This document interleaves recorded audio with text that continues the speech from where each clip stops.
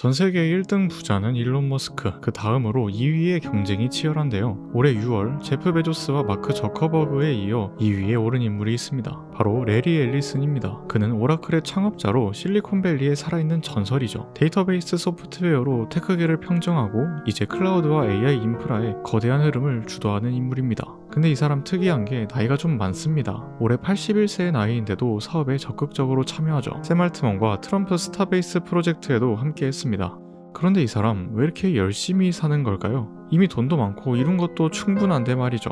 혹시 영원히 살고 싶다는 부자들의 뻔한 욕심은 아닐까요? 사실 억만장자들은 불멸에 대한 탐구를 계속 주도해왔습니다. 아마존의 제프 베조스, 구글의 레리 페이지 등이 유명하죠. 최근 넷플릭스 다큐에 나온 브라이언 존슨도 그렇습니다. 영원히 살고 싶은 남자라고 하죠. 레리 앨리슨도 마찬가지입니다. 그는 앨리슨 의학재단을 통해 노화 관련 질병 연구에 막대한 자금을 쏟아부었고 최근에는 AI 기반 정밀의학 기업인 이마진 AI에 수천만 달러를 투자하며 개인 맞춤의학의 미래를 그리고 있습니다. 심지어 그는 하와이 라나이 섬을 통째로 사들이기도 합니다. 그리고 그 섬에 스티브 잡스의 주치의였던 데이비드 아구스 박사와 함께 데이터 기반의 장수 리조트 센세이를 설립하기도 하죠.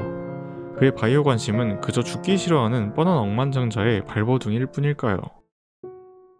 앨리슨의 죽음 극복에 대한 뿌리에는 가슴 아픈 개인적 비극이 자리하고 있습니다. 앨리슨은 태어난 직후 친어머니에게서 떨어져 양어머니의 손에서 자랐는데요. 양아버지는 아들에게 안정된 직업을 강요했고 앨리슨이 당시 컴퓨터와 공학에 관심을 쏟을 때조차 그가 실패할 것이라는 말을 자주 했습니다. 그런 환경에서 양어머니는 그에게 유일한 안식처였죠. 그 어머니의 기대를 맞추기 위해 앨리슨은 의대 진학을 준비하는 트랙으로 대학에 입학했습니다. 그러나 그가 대학 2학년이던 나이에 그가 가장 신뢰하던 그리고 가장 사랑하던 어머니가 암으로 세상을 떠났습니다. 이 갑작스러운 상실은 그에게 엄청난 충격을 주었고 안정된 삶에 대한 이유를 송두리째 흔들었습니다. 그는 이후 죽음에 대한 깊은 분노를 토로합니다. 죽음은 나를 매우 화나게 한다. 어떻게 사람이 있다가 그냥 사라질 수 있는가? 그의 전기 작가는 앨리슨이 죽음을 마치 경쟁 기업처럼 이겨야 할 다른 상대로 여긴다고 말하죠. 양어머니의 죽음과 함께 그에게 죽음은 극복할 상대가 되었습니다.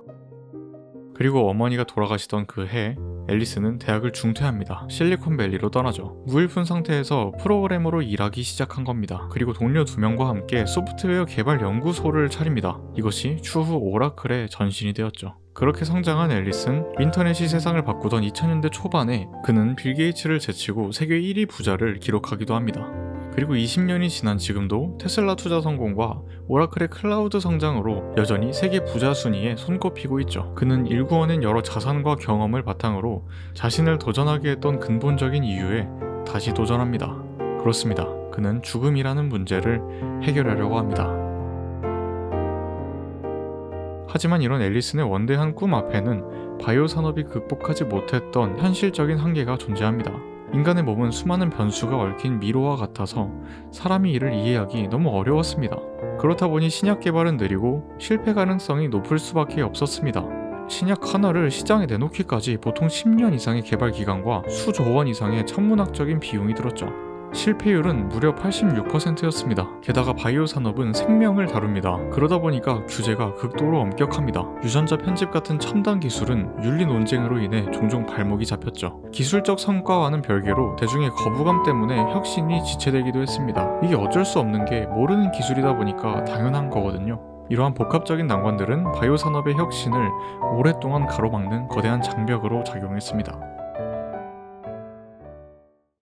그러나 인공지능의 발전은 이런 장벽을 해결할 수 있는 혁신적인 촉매로 떠오르고 있습니다. 우선 방대하고 어려운 생물학적 데이터를 분석하여 인간이 찾기 어려웠던 패턴과 발견을 가능하게 합니다. 원래 신약 후보물질 하나를 발굴하려면 4년에서 6년 정도 걸렸는데 현재 이게 몇 개월 안에 가능해졌다는 언급도 나옵니다. 실제로 앨리슨이 투자한 이마진 AI는 여러 데이터를 통합하여 맞춤형 암치료법을 제시하고 있죠. 또한 AI는 비싼 실험 대신에 가상 스크리닝을 통해 실패율을 크게 줄일 수 있을 것이라는 의견도 나옵니다. 관련 규제 기관도 이를 기대하고 있는데요. FDA에서 신약 승인 절차를 가속화하고 있습니다. 물론 이게 무작정 빠르게만 승인하면 안 되니까 쉬운 일은 아닙니다. 그래서 문서 처리와 평가 기간 단축에 기여할 수 있는 AI, 엘사를 도입합니다. 전반적으로 사람이 하려면 오래 걸리는 일들, 사람이 하지 못했던 일들을 가능하게 해주고 있습니다. AI의 등장으로 바이오 혁명의 문이 서서히 열려가는 것 같죠. 그러나 여전히 도전 과제들은 많이 남아 있습니다. AI 모델은 고품질 데이터에 의존하지만 바이오에 대한 데이터가 아직 활용도가 낮고 이게 좀 파편화되어 있습니다. 이게 무슨 말이냐면 돈이 많이 되는 병에만 연구가 많이 이루어지다 보니까 그런 데이터만 많고 현재 돈이 당장 안 되는 데이터가 상대적으로 부족하다는 겁니다. 그래서 새로운 데이터를 만들어내기 위해서 실험실 자동화나 이런 플랫폼을 채택해야 하는데 이 자체가 비용이 많이 듭니다. 그런데 이에 비해 아직 구체화된 것들이 많지 않죠. 관련된 표준조차 사실 애매한 상황입니다. 그동안 이런 데이터 생성은 사실 사람의 수작업이 대부분이었었거든요. 비싸고 느린 이유가 이런 것도 있었습니다. 게다가 여전히 금리 자체가 좀 높은 편이다 보니까 바이오 스타트업들의 자금 확보가 쉽지 않은 것도 사실입니다. 또한 AI가 민감한 바이오 데이터를 다루면서 데이터의 프라이버시나 여러 윤리적 문제가 발생할 수 있습니다. 기술이 발전한다고 한들 불평등한 접근에 대한 우려가 있는 것이죠. 이처럼 지금의 AI 발전 속도는 규제 및 윤리적 프레임워크가 따라잡기 어려운 상황입니다. 가본 적 없는 새로운 곳이죠. 레리 앨리슨의 바이오 투자가 정말 성공하려면 그의 평생에 걸친 도전이 정말 멋진 성과를 내려면 단순히 기술적 혁신만으로는 부족합니다.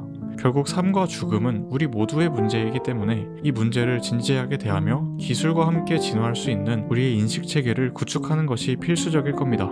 그래서 우리는 변화하는 바이오 기술에 대해 특히나 더 관심을 가지고 학습하고 유연하게 적응해서 협력적인 생태계를 만들 수 있어야 하겠습니다. 레리 앨리슨의 원대한 꿈이 인류 전체의 축복으로 이어지길 바랍니다.